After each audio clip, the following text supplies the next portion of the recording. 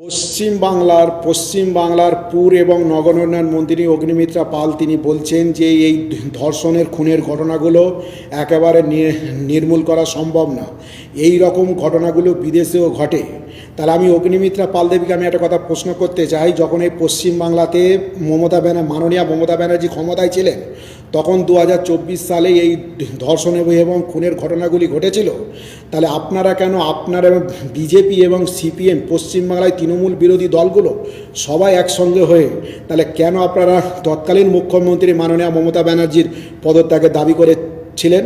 তাহলে আজকের আপনাদের জামানায় যখন এই পশ্চিমবাংলাতে 2 মাসের ব্যবধানে পাঁচটা জঘন্য থেকে জঘন্যতর ধর্ষণ এবং খুনের ঘটনাগুলি ঘটল, সেই 2 মাসের ব্যবধানে ধর্ষণ এবং খুনের ঘটনাগুলো দায়কে গা ঢাকা দিতে ব্যর্থতার কথাবার্তা বলছেন কেন?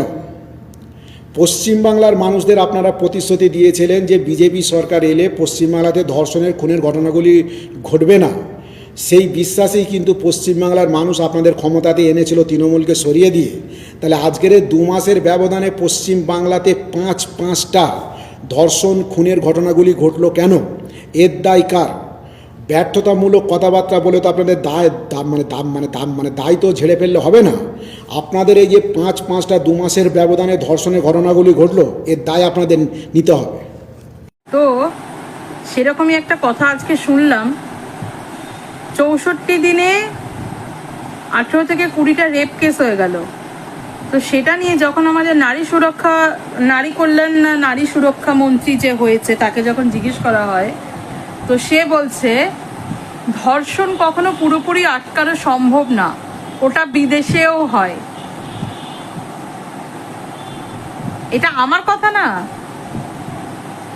আমাদের যে নারী কল্যাণ সমিতির যে মন্ত্রিত্ব এখন দেখছেন, নারী সুরক্ষা দায়িত্বে যে রয়েছে তার মুখের বক্তৃতা এটা,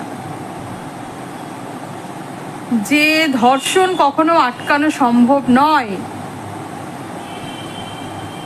ওগুলো একটু একটু বিদেশেও হয়। কি দারুণ বলেছে না সত্যি। আর মুখ্যমন্ত্রী, আমাদের এক্স মুখ্যমন্ত্রী বলেছিল যে এরকম যদি দুর্ঘটনা কখনো হয় ক্ষতিপূরণ হিসেবে 10 লক্ষ টাকা দেওয়া হবে। খুব বাজে কথা বলেছিল। তখন যদি দিদি এই কথাটা বলতো কি ভালো হতো, যে ধর্ষণ কখনো আটকানো সম্ভব না, ওরকম একটু আধটু ঘটনা তো ঘটে। তখন মনে হয় মমতা বন্দ্যোপাধ্যায়কে শাড়ি খুলে মারতে পারলে ভালো হতো। কিছু কিছু মেনস্ট্রিম মিডিয়ার কথা, মেনস্ট্রিম মিডিয়া করতো এগুলো। এখন কোথায় মেনস্ট্রিম মিডিয়া? হোক না এই বিষয়টা নিয়ে ঘন্টাখানেক সঙ্গে সুমন, কিরকম লাগবে? কি সুন্দর কথা না, যে ধর্ষণ কখনো আটকানো সম্ভব না, ওগুলো একটু আধটু বিদেশেও হয়। বিদেশের একটু আধটু কালচার এখানেও আসুক, শুধু ধর্ষণটাকে বিদেশের সঙ্গে তুলনা করলে হবে? হ্যাঁ, আজকে আমি গেছিলাম একটু কাজে সল্টলেকে, 2 কিলোমিটার হেঁটেছি একটু খাবার জন্য। একটা খাবারের দোকান নেই, একজন একটা ঠেলাতে করে এসে একটা বিরিয়ানির হাঁড়ি লাগালো, এমন ভাবে কিলবিলিয়ে পিঁপড়ের মতন ছেঁকে ধরলো, দেখেই দোকানটা ভয় লাগলো যে যাবো কি করে আর খাবো কি করে, আদৌ খাবারটা পাবো কিনা কোনো অনেক লোক পায়ও নি, নিমিষের মধ্যে হাঁড়ি শেষ। চা, পান, বিড়ি, সিগারেট আর কয়েকটা ফলমূলের দোকান ছাড়া কোনো খাবারের দোকান পেলাম না। নিকো পার্কের ওখান থেকে আসছি, পুরো দোকানপাট নেই। কি রয়েছে? ডমিনোজ, কি রয়েছে? জাস্ট বেক, যেখানে ঢুকলেই কিছু হোক না হোক 100 টাকা দিতে হবেই একটা কিছু খেতে গেলে। 20-30 টাকার খাবার ওখানে কিছু হবে না। উন্নতি করছে শহর, ক্লিন হচ্ছে,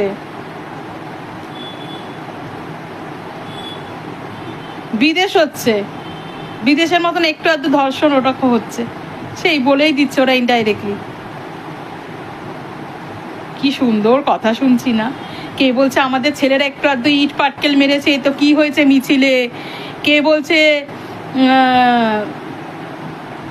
কি আমাদের এটা মুসলিম মেয়ে হয়েছে বলে এত কেন কথা হচ্ছে, আজকে যদি একটা হিন্দুর মেয়ে হতো তাহলে কি এগুলো এত কিছু বাড়াবাড়ি হতো?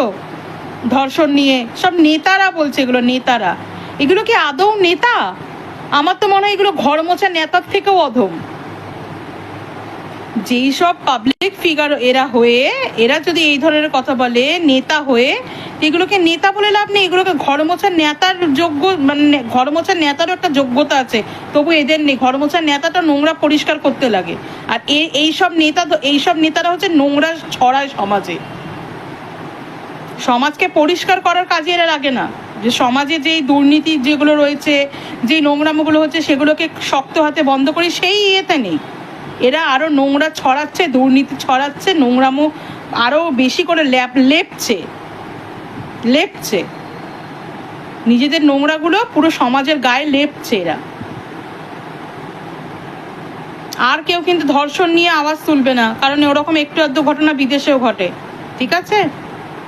মাঝখান দিয়ে ছক্কা মেরে বেরিয়ে গেল কে বলো তো, বলতে পারবে? আমরা সবাই নব্য তৃণমূল, আদি তৃণমূল,